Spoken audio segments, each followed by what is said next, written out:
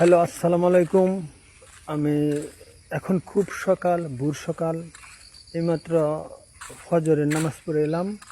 So আমি সূরা আন-নিসার 135 নম্বর আয়াত নিয়ে কিছু কথা বলবো। সূরা আন-নিসার 135 নম্বর আয়াতে আল্লাহ বলছে, আমি বাংলা ব্যাখ্যাটা বলি, আরবি শুদ্ধ করে বলতে পারি না। আর আরবি শুদ্ধ করে না বলাটা এক ধরনের গুনাহ, তাই আমি আরবি বলতেছি না, বাংলা বলি। সূরা আন-নিসার 135 নম্বর আয়াতে বলছে আল্লাহ, হে মুমিনগণ, তোমরা ন্যায়ের উপর প্রতিষ্ঠিত থাকো। যদি তোমার বাপ মা সন্তান আত্মীয় স্বজন ভাইয়ের বিরুদ্ধেও হয়, তাও সত্যের উপর প্রতিষ্ঠিত তাহার কথা কইছে। যেমন মনে করেন যে একটা অন্যায় কাজ করছে, হ্যাঁ আমার ভাই, হ্যাঁ আমার বাপ, হ্যাঁ আমার মা, তবুও তার বিরুদ্ধেই যেতে হবে, তার পক্ষেই করতে হবে। যে আমার ভাই বললা, আমার বললা মিথ্যা কথা কইয়াম অথবা বাসায়া দেম, এটা করা যাবে না।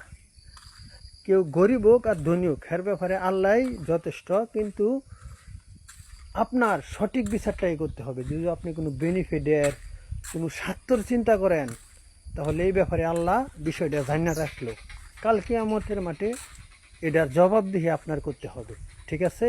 এটা সূরা আন-নিসার 135 নম্বর আয়াতে স্পষ্টভাবে বলে দিছে যে নিজের বাপ মা ভাই বোন হইলেও অন্যায় ওই অন্যায়ের ক্ষেত্রে মাথা নত করা যাবে না। ঠিক আছে?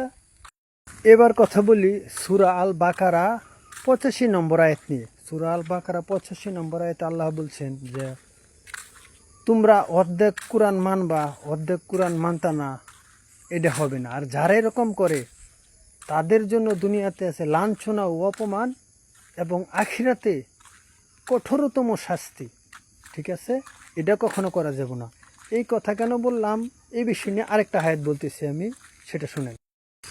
সূরা আল বাকারা 34 আর 37। সূরা আল বাকারা 34-37 নম্বর আয়াতে আল্লাহ তাআলা বলছেন যে কাল হাসরের মাঠে, হ্যাঁ, সন্তান মারে দীক্ষা ফেলাইব, মা সন্তানের দীক্ষা ফেলাইব, ভাই বোনের দীক্ষা ফেলাইব, মানে কেউ কাউকে চিনবে না, কারো কাছ থেকে কোনো বেনিফিট পাওয়া যাবে না।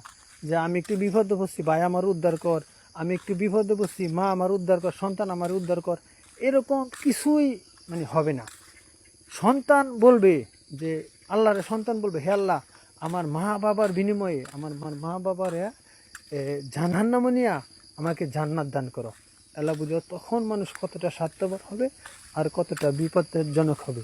তাই বলছি, সবাই ন্যায়ের পথে প্রতিষ্ঠিত থাকতে হবে, অন্যায় কোনোভাবেই করা যাবে না। সো আশা করি আমার বিষয়টা বুঝতে পারছেন। সবাই ভালো থাকবেন। আসসালামু আলাইকুম। সবাই আল্লাহর রাস্তায় ফিরে আসেন।